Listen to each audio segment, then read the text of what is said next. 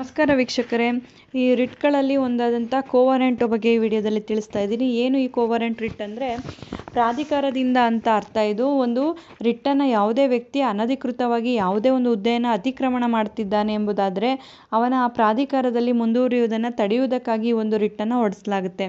ಕೆಲವೊಂದು ಸಾಮಾನ್ಯ ಸಂದರ್ಭದಲ್ಲಿ ಈ ರಿಟ್ಟನ್ನು ಹೊರಡಿಸುವುದಿಲ್ಲ ಮತ್ತು ಇದನ್ನು ನ್ಯಾಯಾಲಯದ ವಿವೇಚನೆಗೆ ಬಿಟ್ಟ ವಿಷಯ ಆಗಿರುತ್ತೆ. ಒಂದು ವೇಳೆ ಈ ರಿಟ್ಟನ್ನು ಹೊರಡಿಸುವಿಕೆಯಿಂದಾಗಿ ತೊಂದರೆಯಾಗುತ್ತದೆ ಅಂತ ಮತ್ತು ಈ ರಿಟ್ ಅರ್ಜಿ ಮಾಡಿದ ವ್ಯಕ್ತಿಯು ಯಾವ ವಿಷಯಗಳನ್ನ ಮೇಲೆ ಅರ್ಜಿ ಮಾಡಿರ್ತಾನೆಯೋ ಆ ವಿಷಯಗಳು ಅವ್ಯಕ್ತವಾಗಿ ಒಪ್ಪಿಕೊಂಡಿದ್ರೆ ಈ ರಿಟ್ಟನ್ನು ಹೊರಡಿಸಲು ನ್ಯಾಯಾಲಯ ತಿರಸ್ಕಾರ ಮಾಡ್ಬೋದು. ಈ ರಿಟ್ಟನ್ನು ಹೊರಡಿಸುವುದು ಅಥವಾ ತಿರಸ್ಕರಿಸುವುದು ನ್ಯಾಯಾಲಯಕ್ಕೆ ಬಿಟ್ಟ ವಿಷಯ ಆಗಿರುತ್ತೆ. ಈ ರಿಟ್ಟನ್ನು ಹೊರಡಿಸುವ ಮೊದಲು ನ್ಯಾಯಾಲಯವು ಅರ್ಜಿದಾರರ ನಡತೆ ಮತ್ತು ಉದ್ದೇಶದ ಬಗ್ಗೆ ವಿಚಾರ ಮಾಡುತ್ತೆ ಮತ್ತು ಅರ್ಜಿದಾರನು ಯಾವುದೇ ದುರುದ್ದೇಶ ಹೊಂದಿದ್ದಾನೆ ಎಂದು ನ್ಯಾಯಾಲಯ ಕಂಡುಕೊಂಡರೆ ಈ ರಿಟ್ಟನ್ನು ಹೊರಡಿಸೋದಕ್ಕೆ ತಿರಸ್ಕಾರ ಮಾಡ್ಬೋದು. ಯಾವುದೇ ಅಧಿಕಾರಿಯು ಅವನು ಯಾವ ಅಧಿಕಾರದ ಮೇಲೆ ಆ ಪದವಿಯನ್ನು ಹೊಂದಿದ್ದಾನೆ ಎಂಬುದನ್ನು ಕೇಳಲು ಈ ರಿಟ್ಟನ್ನು ಹೊರಡಿಸಲಾಗುತ್ತೆ.